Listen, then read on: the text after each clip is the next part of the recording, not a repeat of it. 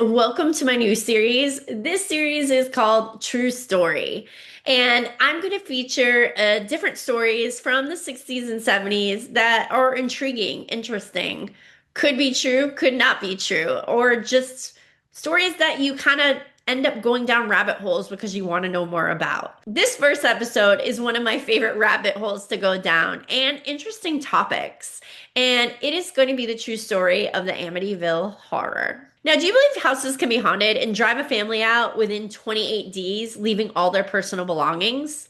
In Amityville, New York, it was a quiet town until it wasn't. 1974 was the year that changed that quiet seaside town into just a quaint town that nobody knew, into a town that was well known, worldly even. It was known as a town that had the haunted house on 112 Ocean Avenue. Now, in 1974, yes, that was the year that changed it all. It was the year a whole family was murdered in the middle of the night, and one lone son left alive. The family, two brothers, two sisters, a mother and father, were all murdered in their beds while they slept. All of them were found laying face down. No one moved. No one heard a sound. No one tried to escape. And they were murdered by their oldest brother, Ronald Defeo Jr., also known as Butch, by a shotgun, a rifle. No one heard it. No one moved. No one tried to escape. It's eerie. Now, fast forward, the Lutz family. They move into the house where the murders happen. And 28 days later, they flee the house, leaving all their belongings, moving to another state. This is a true story. But we truly don't know what happened the night of the murders. No one knows. Only Ronald DeFeo Jr., aka Butch. But he passed away, so we'll never truly know. And we won't truly know what actually happened in the house when the Lutz family was living there. It's a mystery. But you can sometimes do some deep dives to find out more information. Ultimately, that's the story everybody knows. The murders, the Lutzes being haunted and leaving within 28 days. And then, of course, what followed? The book, the movie, and all the movies after that. But what is the true story? And we're going to take a look at that today. First, we're going to take a look at the murders. Second, the Lutzes and their story. And third, talk about an iconic American horror story. And what now? What do you believe? So let's get into it. If you're new here, my name is Ashley, and I'm a lover of all things 60s and 70s. The fashion, the film, the horror films, the music, and everything in between, just not the values. And I absolutely love all things that happen within the 60s and 70s, especially things like this. Stories that grab your attention and you want to know, is it true or was it a hoax? And you kind of go down a rabbit hole of what could be true and what couldn't. And it leads to your own conclusion. So I'm going to share with you the information I found, but also I'm going to share with you the story that got me intrigued and interested in this thing known as the Amityville Horror. So now let's talk about the murders. This happened in 1974 at night at 3:15 a.m. Amityville was pretty quiet. It was an unknown town, an area definitely with higher class, beautiful houses by the shore. The DeFeos were Ronald Sr., Louise DeFeo, their mother, and siblings Don, Allison, Mark, and John, and of course their oldest son, Butch, Ronald DeFeo Jr. Now, just to put this in perspective, the mother and father were about 43 years old. The older sister, Dawn, was 18. Allison was 13. Mark was 12. And John was 9. And that is extremely sad. Some of these children were so young and they didn't even get to experience their life. And it is a tragedy. Now, they were known as a nice, normal Catholic family, but behind closed doors, it was said to be a different story. The father was extremely abusive and had a lot of violent outbursts. Butch and his father often had violent fights, And Butch also was known for his drug abuse and violent behavior out in town. Now, some say he was often protecting his mother and siblings from the abuse, and other accounts say he was just a drug user that had a violent temper, often hanging out at the local bar down the street.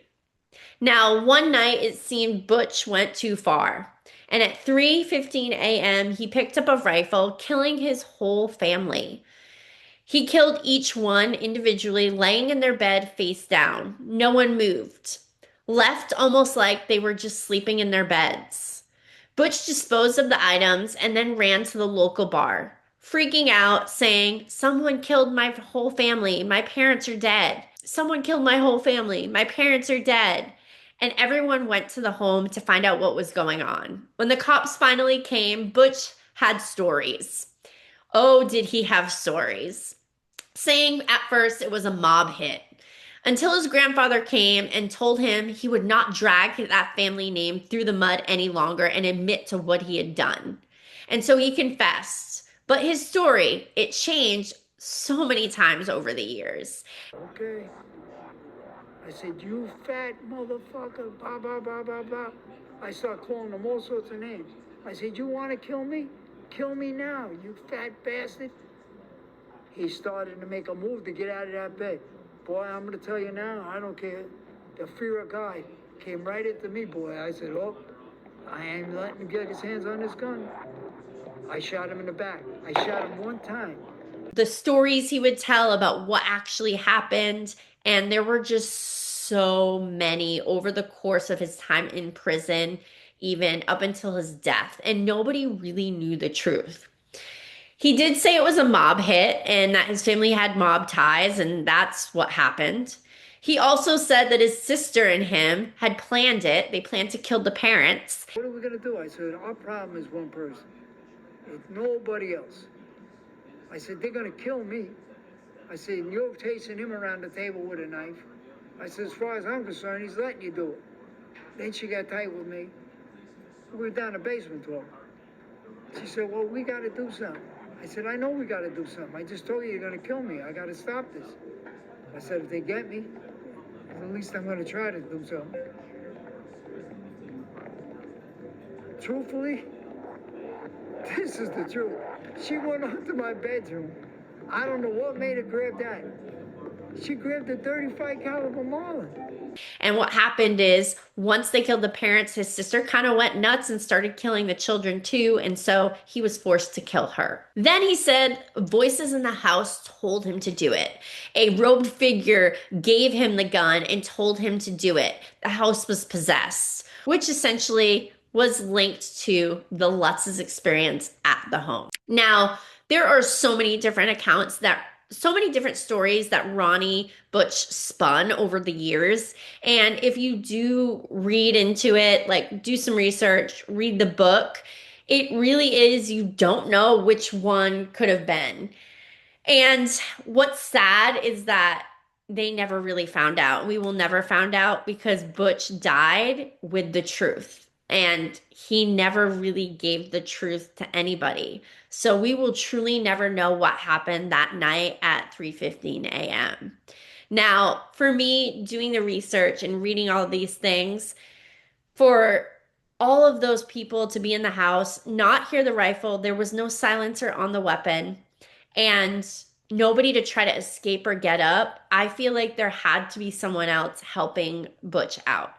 And honestly, I think the story about him and his sister being in cahoots was probably the most truthful version of the story that we're going to hear. And that's just my theory because honestly, it had to have taken two people to do this. And with no one hearing, no one getting up, it's just truly suspicious. They even did autopsies on the family to see if they were drugged, and they weren't. So it's just interesting. And Dawn, yes, was laying face down, but she was in a slightly different position than the other family members. So it leads to maybe that she was involved somehow. Now, when this was mentioned, again, the grandfather was like, "You're not going to drag the family name through the mud, like let it be," and kind of shut him down. So we really don't know if that was a true version of the story, but from what I researched, I kind of think that might have been what happened that night on 112 Ocean Avenue. Now, that leads us to the Lutzes. Now, the Lutzes were a family made up of George Lutz, Kathleen Lutz, and Kathleen's three children from a previous marriage. Their names were Daniel, Christopher, and Missy. And George adopted the children once they were married. Now, when the Lutz family did tour the house, they fell in love with it. Kathy particularly was drawn to the house, and it gave her a sense of peace, a peaceful feeling. And she said that most women that went into the house felt this as well. Now, the realtor did let them know of the awful history of the house, and they talked it over with their children. They said, "Hey, we just want to let you know that this is the house where those murders happened. Would you be uncomfortable with living here?" The kids, they were pretty young. They kind of were like, "We're fine." And so they ended up getting the house. And no one had any problems moving into a house where people had been brutally murdered, which I know that houses don't murder people and houses don't have memories, but I feel like that would creep me out just a little bit and give me a little bit of reservation. Now, they move in and they have a priest come and bless the house. Now, the priest feels very uneasy in one room and did hear a voice say, "Get out." Now, this was true, but there was very conflicting stories of the testimony of the priest. He has said that it never happened. And then on the other hand, he's done interviews saying that he did hear a voice say, "Get out." But we do know that in the movie, it was very much exaggerated with the flies, the door shutting, and the deep voice saying, "Get out." And so it is kind of like a questionable point in the story, but the priest did say that it was a house that did make him feel very uneasy. So when I dived a little deeper, the church said that they had no knowledge of any of this as well. So it's kind of very conflicting, the views on this piece of the story. Now, at 3:15 a.m., they would consistently wake up, particularly George. And this is when the murders actually happened. They don't know, the cops don't know exactly what time they happened. They kind of figured it out through the decomposition of the bodies and things like that. And when he would wake up, he would often hear sounds like a band, like a full orchestra playing downstairs. But when he would get downstairs, no one would be there. And nothing was there. So he was like, maybe I'm just kind of like losing it. Like that's kind of like, he was just like, I don't know what's going on here. Now, reports also included foul odors and cold spots in certain areas of the house. The house just wasn't getting warm enough, George would continuously say. There was also green slime oozing from different areas, the toilets in particular, and different areas of the wall. Now, and also the faucets as well. And there were swarms of flies in the winter, and this was something that was kind of weird for New York in the winter, having flies in the house like that. Usually that's a summertime, springtime thing. So it was quite odd to the family, and that is really odd, to be honest. Now, with the cold spots, it was a very old house, but they would say that these cold spots were really weird. You would move one place in the middle of a room and there would be a cold spot, where usually a cold spot would be maybe from a draft near a door or something like that. So that was really, really odd. Now, there is a couple stories that were very just unsettling, and one of them was with Danny, the younger boy. Now, this story is told through George and Kathy, and also Danny has a documentary called My Amityville Horror that he does describe this story. Now, say what you want about that documentary and about Danny, but you do have things that line up with what George and Kathy said and his accounts of what happened. Now, remember, he was a young child when this happened. So, number one, I feel like a young child would really be a little bit screwed up from that happening to them. So you have to go into this knowing that he has a lot of trauma issues from this experience. But also too knowing that and thinking about, a little kid could have had a lot of power of, the adults around him saying things and maybe thought things happened. So that kind of plays into it as well. But I think a lot of the things that he does say line up with the actual story. And one of those is when his hands got caught in the window. So he was doing something and his the window slammed shut on his hands. And when they were slammed shut, it was skin to skin, like his hands were squished.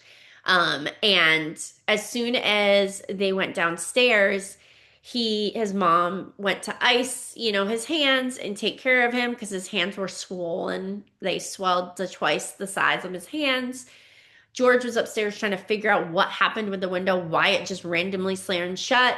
And by the time the mother gave him the ice to like a few minutes later, his hands went back to normal. They never went to the hospital or anything, but Danny does show that his pinky finger is a little bit crooked from the incident happening. And so it was like a weird circumstance that actually did happen. Also, Kathy claimed to have been levitated, and George actually witnessed this. She levitated off the bed, and this was one of the later experiences of the Amityville horror itself. And then you come to find out that in Danny's documentary, he mentions the last night in the house. Now, something you need to know about that last night that they spent in the house is that they did write about it. And yes, it's showcased in the Amityville horror movie, but very much like over exaggerated. That the Lutzes were known to not want to talk about everything that happened that last night because it was way too traumatizing, including the children. So they never truly told us what happened that last night in the house to actually make them leave and leave all of their personal belongings behind and then move to another state. So something big must have happened.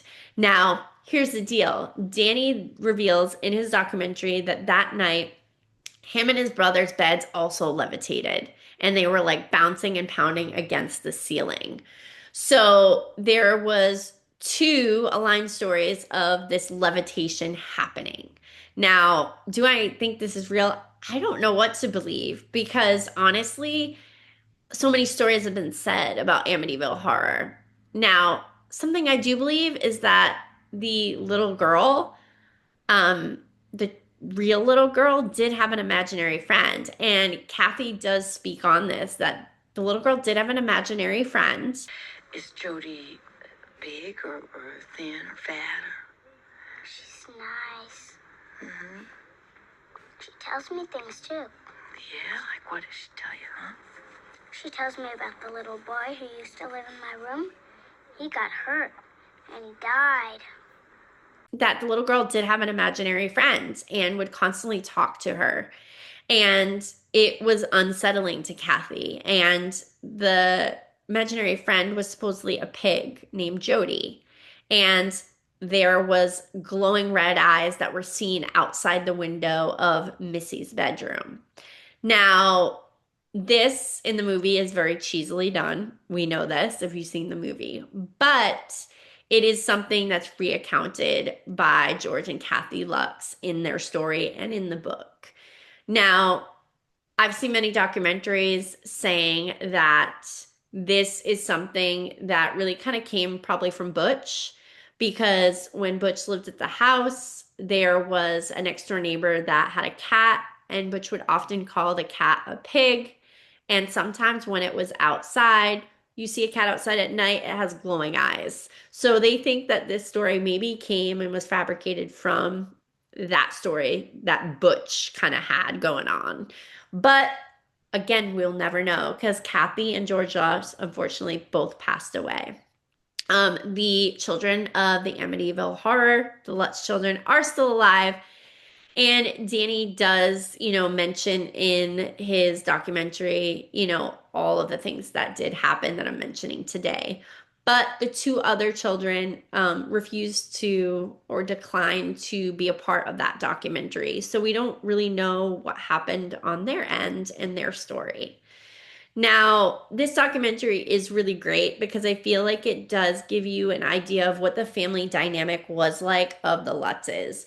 Now, we spoke about the DeFeos being a family from the outside that looked kind of picture perfect, regular American family, but on the inside, abusive and just not a great environment. And from what Danny says in his documentary, that seems to be the case with the Lutzes. From the outside, they just seemed like a normal family, but when you got on behind closed doors, you found that George was rather aggressive. He didn't really know how to raise children. He was an ex-Marine, and that he was rather abusive towards the children and also into a lot of different things that weren't just normal of the times. George and Mother were into meditation and also into occult things. And that George even had a bookshelf full of occult books and things like mind reading and trying to control people's minds, telekinesis, and just things like that. And he seems to think that this might have added to why the hauntings took place, that the energy of George Lutz was kind of a catalyst to what happened in the home. Now, I don't know, maybe. And what I love about this documentary is that Danny is reconnected with a lot of people that were a part of the time when the Amityville Horror happened. So he's actually reconnected with Lorraine Warren. Yes, that Lorraine Warren of the Warrens of the Conjuring movies. And the Warrens actually did participate in a big paranormal team that went into the Amityville house after the Lutzes left. And Lorraine is quoted as saying that is the closest to hell she ever wanted to be in that house. Now, after talking to Danny about how George was and the family dynamic, Lorraine did say that sometimes that family dynamic does play into the house and the way it reacts, and it does react to certain people. And so this really kind of leads you to believe that maybe it was just the dynamic of these families that made the house feel the way it felt and have these things happen. And it was set off by that. And, you can have your own opinion, but I think maybe that was the reason why these things happened in the house was that family dynamic was not a great one. It was violent. It was unsettling. And the whatever was in that house was feeding off of that. And so you have these two families that had a really negative dynamic go into this one house and, chaos kind of ensues. Now, the thing is that now we have people living in that house and have lived in that house after the Lutzes and nothing's happened. So does it mean maybe their dynamic wasn't like negative, abusive, evil, whatever you want to call it? And maybe that's why the house has been so quiet recently. We don't know. Now, after 28 days, the family did flee and left all of their personal belongings and then moved to another state. It's said that when they left the house, George wouldn't even go near the property. If he had to have somebody go to the property, he would meet them somewhere and give them the keys. Like he was terrified. And this coming from like an ex-Marine, somebody that was known as a real like tough person in general, to be that scared of a house, that kind of raises some questions, right? Now, they did contact some parapsychologists, anyone that could help. The Warrens were involved in that. And these people spent a night at the house. Now, when they spent the night at the house, they did a lot of investigating. Nothing really crazy happened. Lorraine did say that she felt like it was a very much evil presence, demonic presence. She and her team had taken pictures, and there's one very infamous picture of the staircase, and it showcases a boy in the corner of that staircase. Now, there were no kids in the house at the time of this whole like filming and all the pictures that were taken and the team being there. So who is this? And that question has been raised many times. This picture probably will go down in history because it's number one, creepy. Number two, it's kind of looks like one of the murdered little boys, which is even creepier. But yet, could it be a demonic force? We don't know.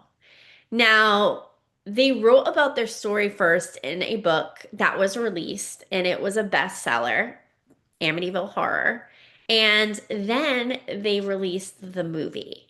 Now, here's the deal. The book is different than the movie. The movie definitely made it a little more Hollywood, a little more interesting for you to watch.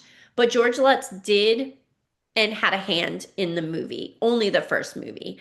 After that, they kind of got a little bit carried away. George really didn't like what they were doing with the name of the story, and that became a conflict for years for him. But the most closest screen version of that true story is going to be the original Amityville Horror.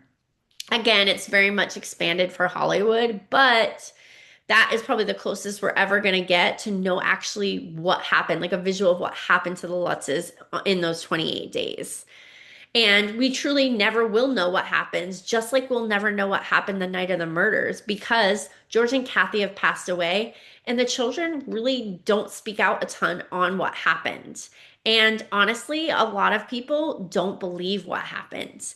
And that was the big thing after the book and after the movie was released. People started to say it was a hoax. They started to say they got into money trouble. They couldn't afford the mortgage, all these things. But here's the deal. There was a big point brought up in one of the documentaries that it would have been too quick, too little time for them to get behind in payments. They weren't there long enough. So why would that be the hoax that they needed the money? Like, that's a little weird, right?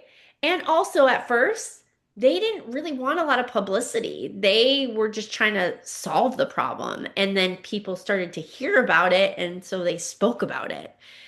And honestly, thinking if I was in their shoes and trying to figure it out, but then being like, yeah, I just like lost my house with all my belongings. I kind of do need to make some money. I think you would do that too. Just saying. Now, whatever you want to believe at the end of the day, there was a real murder that happened at this house, and people did move in there and only lived there for 28 days, leaving all their belongings. Like, that's the thing. Like, they didn't like plan it where they were like, let's pack up all our stuff. They left all of like, excuse my language, their ish, and they bounced and they moved to a different state. They never wanted to go back to this house, you know? And so it's like, what happened? And that's the big thing that always like not keeps me up at night, but I think about, and that's why I continuously love to do deep dives on this subject, on the Amityville Horror, is that what happened? Like, number one, what happened that night of the murder? What truly happened? And then what happened that last night in that house to make them flee the way they did? Like, something insane must have happened that night. And we will really never know because we weren't there. We weren't there. And also, all you have left is younger kids that truly, they were so young. Do they remember all the details correctly? You know, do they even have a memory of what happened, or is it just by hearsay of what their parents were saying at the time? And they were just, you know, impressionable kids at the time. We will never know. And that's the thing that keeps this story alive and has kept it alive for so long and has kept Amityville a name that people know. They know the name, they know the iconic house, the eyes in the house, and they know all of these things. And the thing is, now in 2026, someone lives in that house. Now, over the years, people visit that house. It's a place people go. I've been there. And the only reason I knew where it was is, you know, it's on Ocean Avenue. You know, the house number used to be 112 and that they changed it. And it still looks the same. The only difference is they changed those iconic windows so people wouldn't want to go to the house. People still go. And that's the thing, is that I think it draws people still because it's such an unsolved mystery. People truly don't know what happened with the murders with the Lutzes, and they just can't get over and wrap their head around that people live in that house right now. Now, for me, just saying, I don't think I could live there. I would hear every creak, every pipe making a noise and think it was a ghost, and it would just creep me out. And it's a beautiful house, that's the thing. But just knowing the history of the house, it's scary to me. I just don't know if I could live my day to day there and be okay, or if I was alone at night, be okay. Like, I feel like that would creep me out. But that's just me. So, do I think the Amityville house is haunted? Doing all like the research, looking into it and things like that, I think the story was extremely exaggerated. And I think it was haunted, but not to the point that we all think it was. I think it definitely was supernatural. I think there were a lot of like evil things happening within the house and the family turmoil. And I think, yes, I think the house was haunted for a family to leave within 28 days of living there and leaving all their possessions, 100%. It was haunted some which way. Do I think it was the extent that people put it in the movies and things like that? No. I think it was like blown out of proportion a little bit in the movie and the book. And I think it was a haunting that was scary, but it wasn't like people being thrown across the room type of vibe, you know? And that's just my opinion. I would love to know what you guys think in the comments if you think it was a hoax.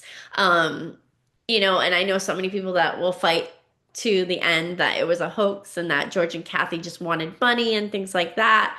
But, everybody has their opinion, and that's why I wanted to do this video to kind of stir up the conversation. I also, think that it's really interesting to go down these rabbit holes and find more information about it, because then it leads you to maybe like a better perspective of what you think happened. And I think it adds to the mystique and mystery. And watching the film now, you get a different perspective when you know all this knowledge. You're like, huh, I wonder if that's real. Huh, I wonder, And honestly, I think that Amityville Horror, the original movie, is probably the closest, again, that we'll ever get to a visual of what actually happened, even though it's extremely fabricated.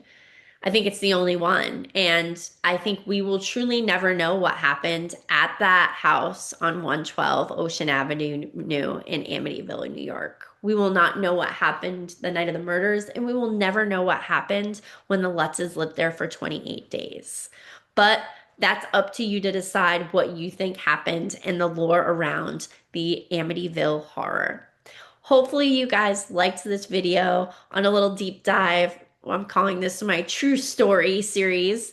And I get fixated on things and I love looking things up. So this was so fun to film because a lot of it I already knew, and I did a little bit of like looking up, but most of it like I knew because I like had an obsession over it for like a couple of months at one point and just was like watching YouTubes, watching, anything I could on this. And I just think it's interesting. It's an interesting tale. Like, it is such an interesting story that's still relevant today. People still talk about it. People know what Amityville is. And it put a little town in New York, in Long Island, New York, on the map. And it's crazy because it's probably the most well-known haunted house. But I want to know what you think. Make sure that you guys subscribe if you like the content. I have tons more. And also make sure you share and like this video with people that also are intrigued by the Amityville legend. And I will see you guys next time. Thanks for watching.